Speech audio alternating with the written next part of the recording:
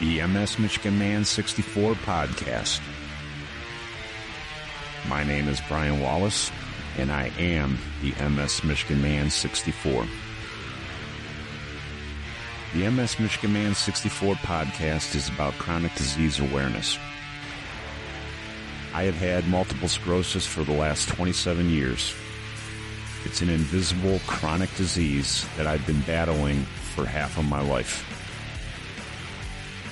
I want to share with you what it is like living with the chronic disease from my experiences and the experiences of other chronic disease warriors. We can fight to have a voice to those that want to listen. Together, we can motivate and educate.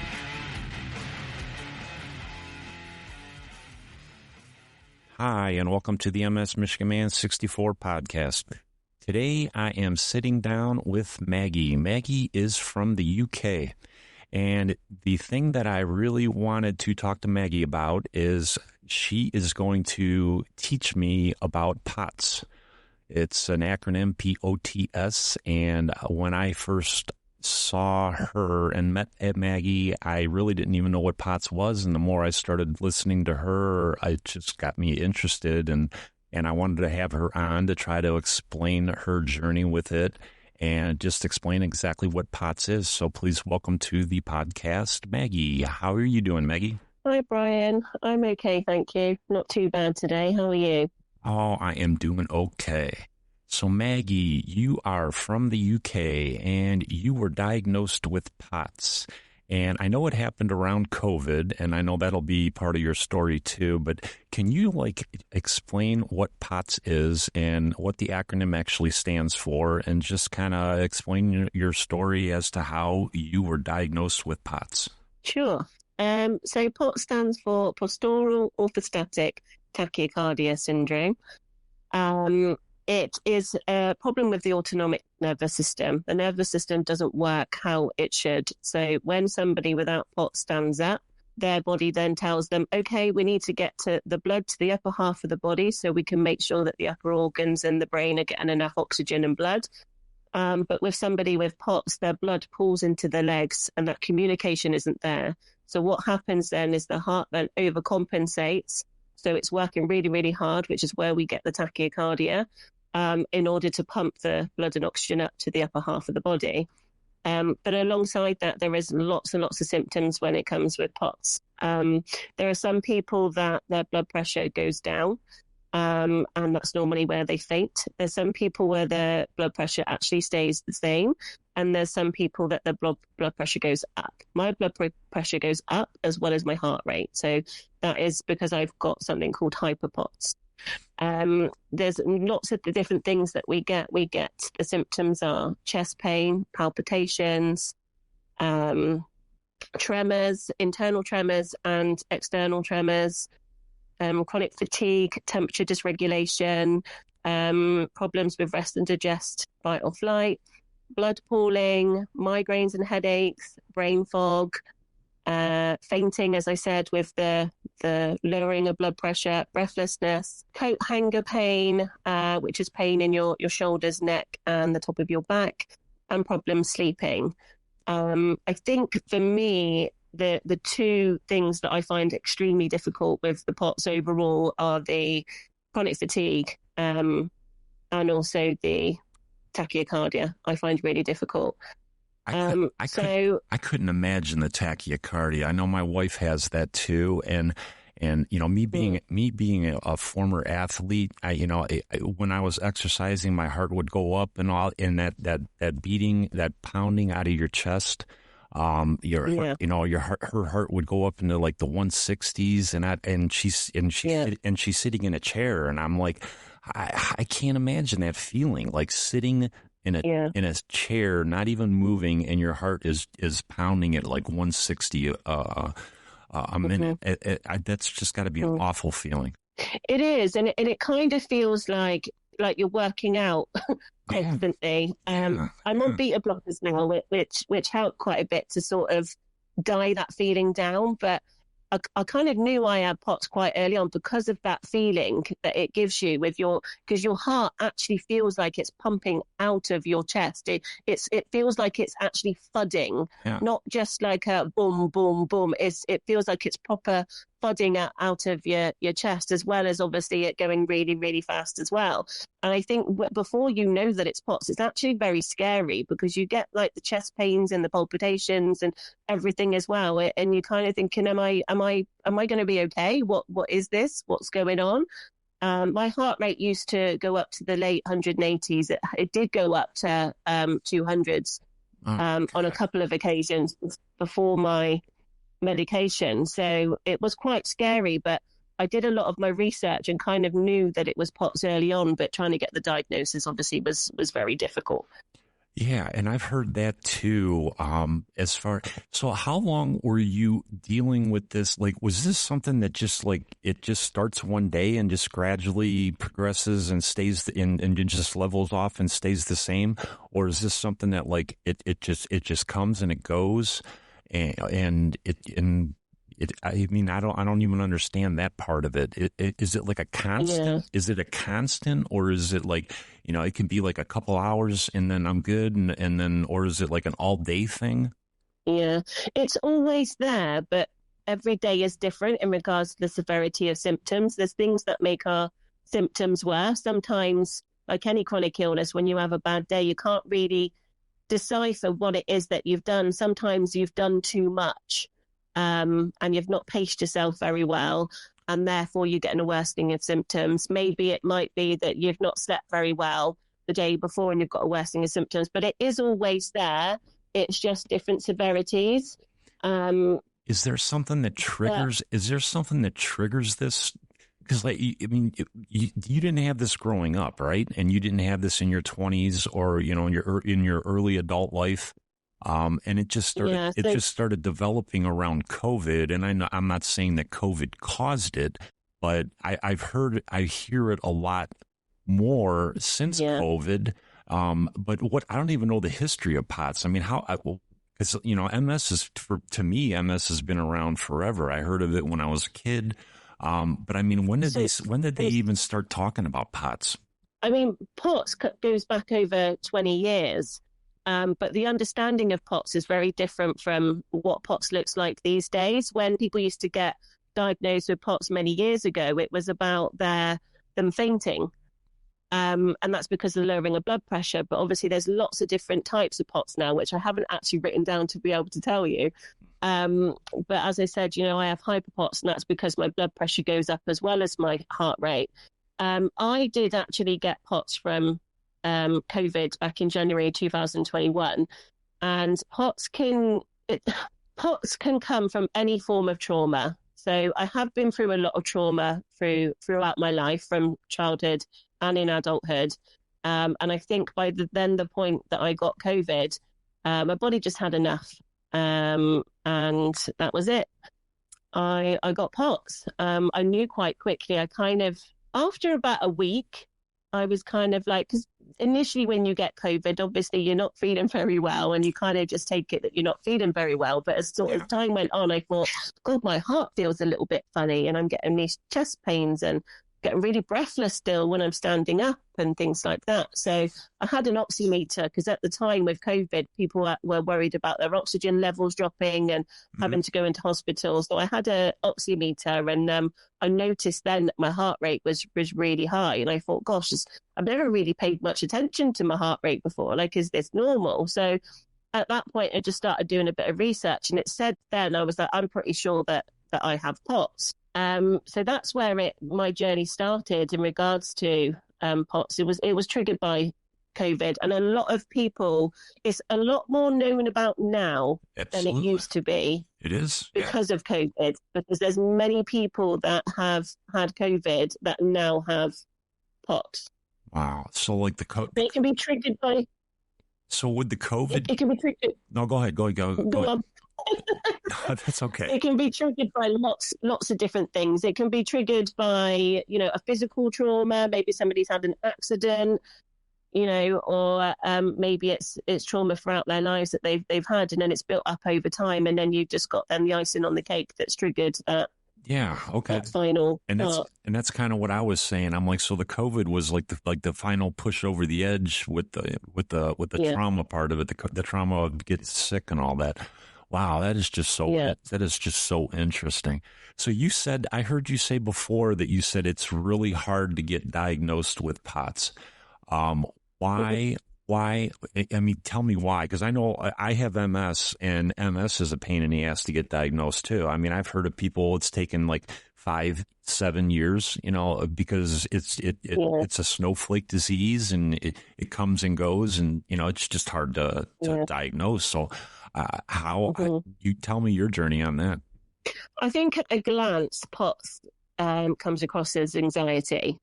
Because, you're becoming breathless, your tremors are there, your heart's beating really fast, your temperature, you've got temperature dysregulation, so you're also sweating. So it comes across as that it can be anxiety. So a lot of the times when I was going into the doctors and saying, look, I think I have POTS, I don't feel very well, a lot of the times they were saying that, well, we think it's anxiety. Or we think it's the COVID, like you've got long COVID, and we think that you just, these symptoms are going on for a little bit more. And it wasn't until maybe about 6 weeks after getting COVID, and I spoke to the doctors again, because I was regularly talking to the doctors. And I think at that point, they kind of felt like long COVID would kind of get better over time. And then anything else that was linked to that would go as well. But within, in 6 weeks, I was still really, really poorly. So at that point, the doctor then sent me into hospital, and I had all my stats and everything done. And my blood pressure was absolutely ridiculous at the time I went in. But obviously, as we know, with POTS, when we're led down, which I was led on in a hospital bed, it just starts to calm down. So but then eventually they just let you go. They do the bloods, all those normal tests, and then they let you go again. So I just found like it was an ongoing battle. But I was adamant I had POTS. I knew in my heart of hearts that I had POTS as well as the long COVID. So it just took a lot of to and fro in, a lot of gaslighting from medical professionals. I said to them, look, this isn't anxiety. I'm absolutely fine when I'm led down in regards to my heart rate. But as soon as I stand up, it goes whoosh. Like this is not okay. I need support and I need help. Yeah. So at that point, the doctor then ordered me a heart monitor. Mm-hmm. And that initially was a 1-day, 24-hour heart monitor. Mm-hmm. And then they requested a 7-day heart monitor. And that then diagnosed me with inappropriate sinus tachycardia, which is also a form of dysautonomia. And POTS is also a form of dysautonomia. So with that, the cardiologist then put me on beta blockers, on a low-level beta blocker, which, to be honest, the beta blocker has been life-changing for me. It brings my heart rate down at least 30 beats per minute or more from what it used to be, and it dulls the nervous system a little bit. So where it would affect my whole body. So when I stand up, I do feel really funny in the respect of, I can feel really jittery, the tremors, my heart rate, the sweating. And I kind of talk about my blood feeling a bit fizzy. I don't know how to explain it any other way. But the longer I'm stood up, the worse that feels. But it just numbs that a little bit. So when I used to stand up before, my heart used to thud, I can feel it now, but it doesn't thud like it used to. So it's all a little bit more dulled down than what it used to be. So then I just kept going to the doctors, and then they said, right, we're going to refer you to cardiology. After I had the heart monitors, they were going to refer you. I was like, okay. So they referred me in. Then I was meant to get an echocardiogram. The echocardiogram was going to be in like 10 months' time. And an echocardiogram is to be able to look at the functioning of your heart, just to make sure that everything's okay. Because I thought, well, if it is POTS, and I know that my heart is okay in itself, then I don't have to worry then. Because also with COVID, there were people that were getting issues with even heart failure from COVID. So I had to just make sure that there was nothing else going on. And I was like, I can't wait 10 months to know if I'm all right or not. So I ended up saving some money and I went to a cardiologist, a private cardiologist, and he was really good. He then booked in an echocardiogram for me to have done, which I paid for privately. But he also referred me to get a heart MRI, which was through the NHS. But because he worked both privately and through the NHS, he was able to fast track it a little bit. And they come back that my heart was functioning okay. It was just the tachycardia side of things that was an issue. So that gave me some comfort that there was nothing wrong with my actual heart. It's because of the POTS that was causing my tachycardia and the chest pains. Right. So with that, he said to me, I do think you've got a form of dysautonomia. I would like to refer you to neurology just to get checked out as well, just in case there's any kind of neurological issues going on. So I said, okay. So I was referred to neurology. Neurologist was awful. And the problem is with a lot of us chronic illness warriors, we get gaslit an awful lot. And it can be a really upsetting process. And sometimes you come across some amazing doctors and sometimes you come across some that really aren't very supportive and quite judgmental. So when I walked in there, he said to me, well, I don't deal with people with long COVID.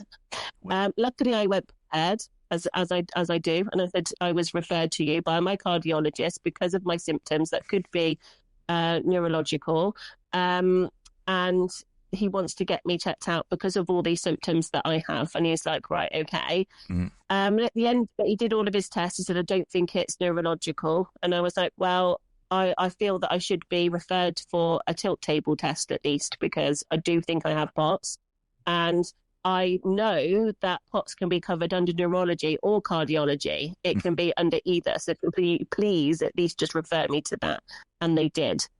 So I had my tilt table test, and that was when I got the diagnosis. I think it was just over 2.5 years in from getting COVID that I finally got my tilt table test and then got the diagnosis of POTS. And it was a bit of a weird feeling because I had the comfort of validation. Like, I've been saying I've had this for 2.5 years, and even my best friend was sometimes, maybe you need to be a little bit more active, Maggie. Maybe, you're just not doing a lot. And I was like, no, I've got POTS. I know what's going on with me. Yeah. No, I'm not making this up. So it's validation for me for lots of reasons, for the close people around me, for work as well, in regards to the support that I needed from work to get the reasonable adjustments and everything put in place. It helped from that perspective too. But there was also that realization that, okay, I've got POTS, and, POTS is always there. Some people do get times where their symptoms are a little bit more at ease, I guess. But I think it becomes a little bit more complex too, because I've got long COVID and POTS. So I've got two different sides of things, really. So you've got, like, I tried to do physio, and this lady supported people with POTS and she supported people with long COVID, but she didn't support people that had both of them, because they're actually two very different programs. And what was happening was every time I was doing my physio, it was flaring me because of my long COVID. And long COVID is very similar to ME. So it's, if we overexert ourselves, we then end up in flare-ups because it causes more inflammation in our bodies. So I ended up having to stop physio in the end because, sorry, that's my cat. That's okay. That's okay. Hi, cat.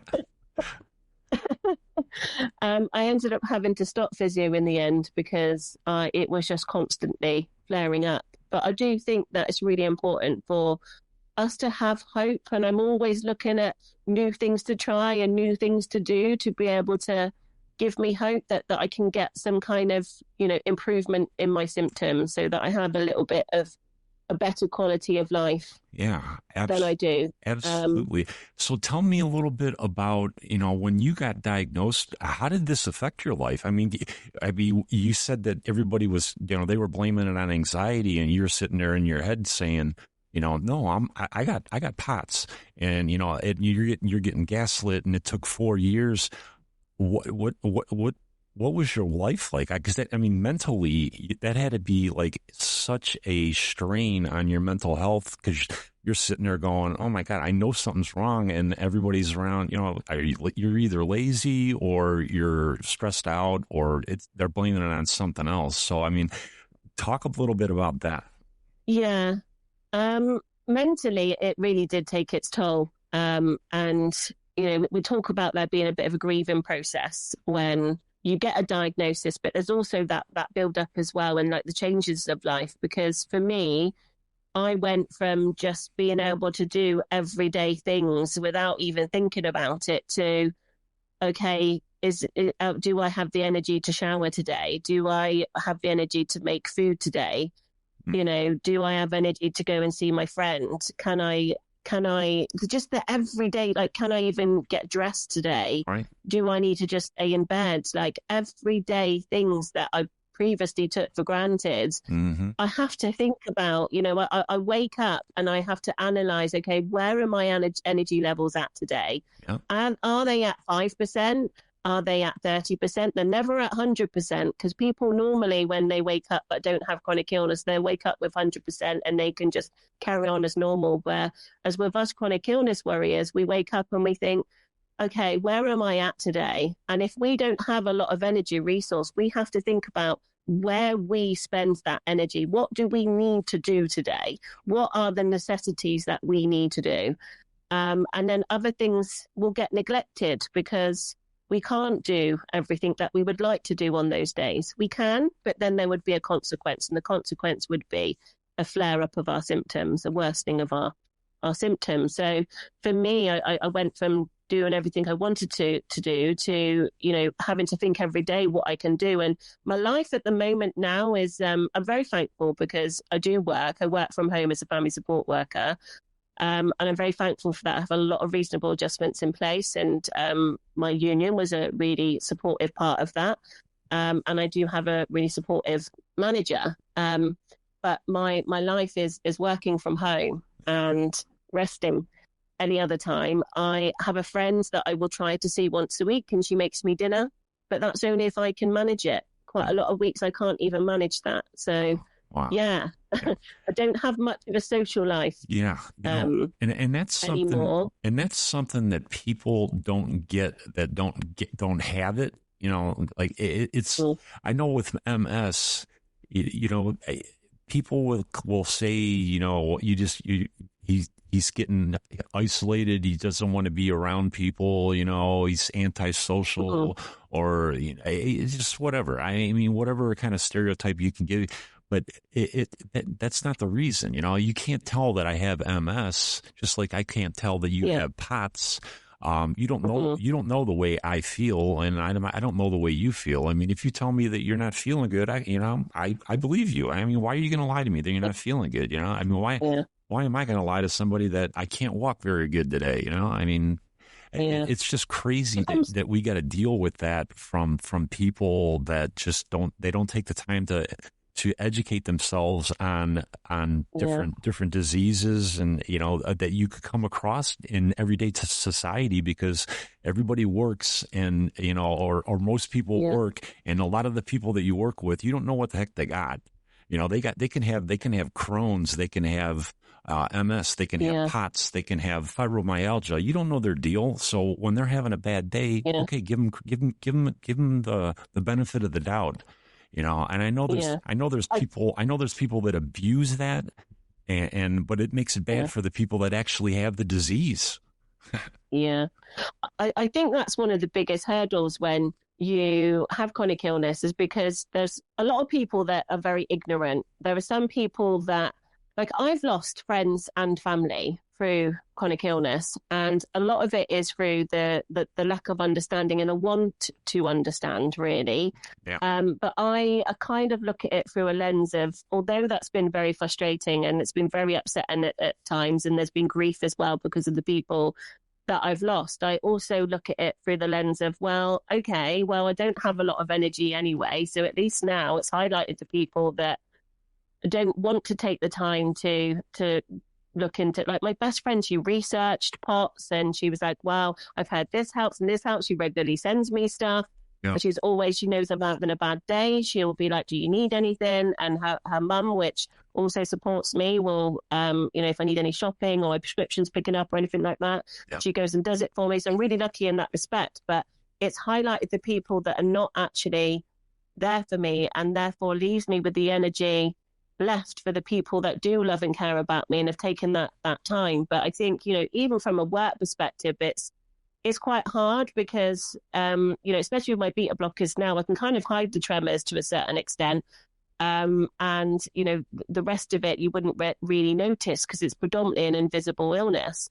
Right. So, if I do ever go into the office, it's because I'm having a fairly good day. If there's a particular meeting going on and they say, right, Maggie, can you try to come in today? If not, we'll do it virtually. And if I go, like people, I imagine people look at me and think, she looks absolutely fine to me. Yeah, right. But I think you have to kind of shift your mindset and not worry about what other people are thinking, because it becomes really consuming. Mm-hmm. Because mentally it really does have an impact. What people are thinking, your life's already changed, and you want to scream at them like, do you really think that I would have no life like I have if I was just friggin' making this up? All right. I want to be able to go out and do the direct work with the families that I'm working with, but unfortunately I can't do that because that would mean we'll probably end up in bed for 2 days. It becomes really, really frustrating, and mentally it really does take its toll. I mean, I've got to a place now where I do have my dips in mental health. It does affect me, but I can normally get myself out of it. By that positive thinking, by being thankful for the things that I am able to do, by humbling myself in the respect there are people that are worse off than me. But that's not saying that I'm devaluing how I feel, because it's okay to feel how I feel, but I just try not to sit in it. I try not to sit in that space because I know emotionally and mentally when we're in that negative mindset, it actually affects our chronic illness more and it worsens our symptoms. Oh, yeah. Because any kind of, anxiety, depression, stress, any of those things affect our bodies in a negative way. Yeah. So I have to rejig my mindset. I find it hardest mostly mentally when I'm in a flare-up for a long period of time. So if it goes any longer than like a week, I start to panic a little bit. I think, am I going to get out of this flare-up? Is this going to be my life now? Yeah. But gradually it does. And I know how to work myself back up to my baseline. So that helps too. And I know when my body's ready to do that as well. Yeah. One of the things that I don't even think people understand, like you said, you're working from home and, I'm sitting at home. I'm not working. I'm enjoying a hobby of mine right now. And, but people will sit there and say to you, man, you're so lucky you get to work from home and all that. And if somebody said that to me, I would be like, no, working from home sucks, man. I'd rather be out with the people, man. I mean, and that's another thing that is like, people just don't get that. I mean, there's probably a lot of people sitting in the UK right there, over there saying, man, Maggie's lucky, man. She gets to work from home. No, what? No, Maggie's not lucky. Mm-hmm. I get it from like both sides, because I get people that are able and don't have any kind of disability that probably think that way in regards to work-wise and colleagues and stuff. But then there's also the chronic illness community that aren't able to work, that are kind of like, well, at least she can work. And I can kind of see things from all different angles, because for one, yes, my life looks very different in respect of work. And I had to almost grieve that part I was not able to do anymore. But then I was very thankful still that I could work from home, but it's still very difficult. Yeah. When I wake up any day, it's difficult. But when I wake up and my energy levels are, even lower, or I'm in a flare up or I've got an additional lurgy that's, like a cold or something on top of it, I wake up and I think, how am I going to get through this work day? And you've got the anxiety of, if I have any time off sick, then I've already previously had to go to a sickness hearing, and I don't want to trigger the sickness absence. you've got that anxiety around that as well, and thinking, how am I going to do it? And the only way I do it is by breaking up my day hour by hour of everything that I have to do. But it's not easy. It's not easy from a lot of respects. But Oh. I kind of do humble myself in the respect of I am able to work, and I'm very thankful that I'm able to work. But it's not easy. It isn't. No, yeah, and I was the same way, Maggie. You know, I mean, when I was earlier in my disease, when I was still able to work, I mean, it was hard, but I was so thankful that I was still able to do that. I mean, I appreciated every day that I still had the ability to do what I like to do. I like being around people and all that. And you know, when it was taken away from me with the multiple sclerosis and all that, you know, I mean that was a hard deal for me. So you know, I mean, and a thing that I don't think people understand is that, I mean, when you're this is a battle for you, like it was a battle for me to go 26 years with MS, working. I mean, you know, and people don't even understand that really. And I think you're just awesome to talk to, and that's why I had you on. And like I said, you're not MS, but you're chronic disease, and your attitude is amazing because you're a lot like me. You just take it day by day, and you take what you can do, and you know you're good with that.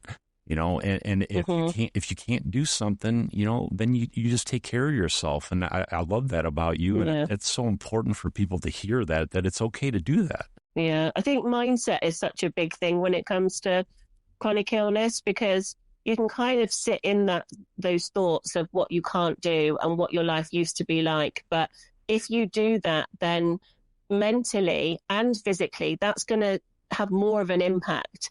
So when you're able to get to that kind of point of, okay, I don't like how it is, but it is how it is. What can I do to give myself a happier life? Yeah. So for me, it's being able to look at what I can do. I can adjust the things I used to do. Like I used to do a lot of walking, and that part of that's about being outside and the fresh air and hearing the birds and all of those kind of lovely therapeutic things. But now I sit in my garden and I do grounding instead, and it gives me a very similar feeling. And then, you know, looking at little activities that you're able to do from home instead, you know, maybe there's something you get some joy from. For me, it's doing TikTok and sharing awareness on TikTok and connecting with friends. I have many, many friends like yourself that I met on TikTok that I'm really, really thankful that I've met, and having people around us that understand kind of, there's a lot of us that have, like you and I, we have different illnesses, but there's some similarities in how we feel, you know, the isolation, the loss of work or adjustments at work, and how it makes us feel on a day-to-day basis, the loss of friendships and families, and the lack of understanding and knowledge from the people around us that we thought would understand. You know, there's a lot of similarities there. So being able to surround ourselves with people that actually do get it and understand and is able to help hold us on those bad days is equally as important. Man, Maggie, this is why I had you on. Everything you said is just so awesome. And give yourself a shout out on your TikTok too, in case anybody's listening that wants to start following you on TikTok. Her TikTok is just amazing. She does lives on Sundays. I get on there every now and then. She's got a couple hundred people that'll come in there. She's got, I don't know how many thousand, 5,000, 6,000 people following her. And she's just so supportive of people with chronic diseases. So talk a little bit about your TikTok, Maggie.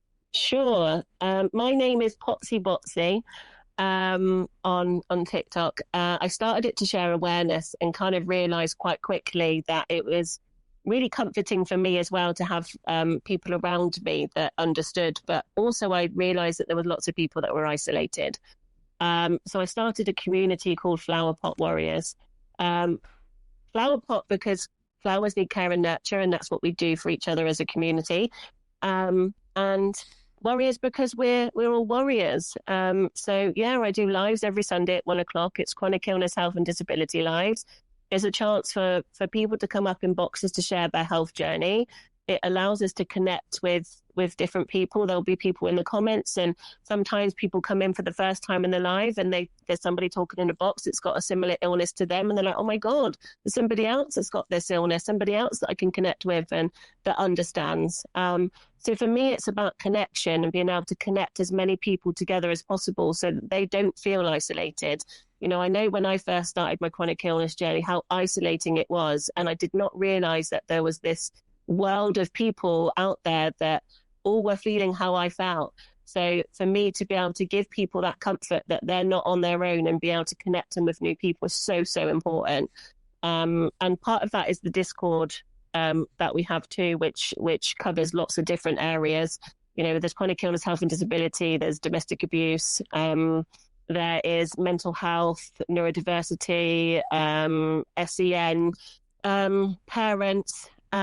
It covers so many different areas, and it's a place where people can go where they can get lots of different support, and it be in one place. We have an amazing man called Dave, which is our mental health professional, who supports people that are struggling with their mental health as well. So it's not something that we're saying, oh, we can support you with these things, and we don't really know what we're doing. There's professionals that are involved in this network of people as well. So that's kind of what I'm doing or trying to do. And I'm on the Discord too, and that the platform is awesome. Everybody in there is just so nice and amazing, and they're just so good, great to talk to, and it's just you did such an awesome job with that, Maggie. I can't say enough good things about it. Is there anything that you want to let anybody know that is going through any kind of a diagnosis, whatever kind of chronic disease, and they're not getting answers? Any kind of a message that you want to give to anybody? I want to say to them, don't lose hope. I think hope is something that keeps us going, and you know your own body. So if you feel that something's not right, keep going back. Don't give up. If you need to go to different medical professionals, you need to ask for a different doctor, you need to change doctors, please don't give up. You are important, and you are worth that time and effort if you have to keep going back to get the diagnosis, because that's what's needed for us to be able to move forward. Sometimes we need that additional help from the medical professionals. So yeah, just don't give up. Absolutely, Maggie. I like I said, everything that you're saying, I agree with you 100%. I mean, just because you got a chronic disease, it's not the end of your life. No matter what it is, if it's chronic, it doesn't mean it's going to kill you. It just means it's going to be with you the rest of your life, and you're going to have to learn to live with it. And, you can do it. It's hard. It's hard. Look for support. And I totally 100% agree with you, Maggie. Yeah.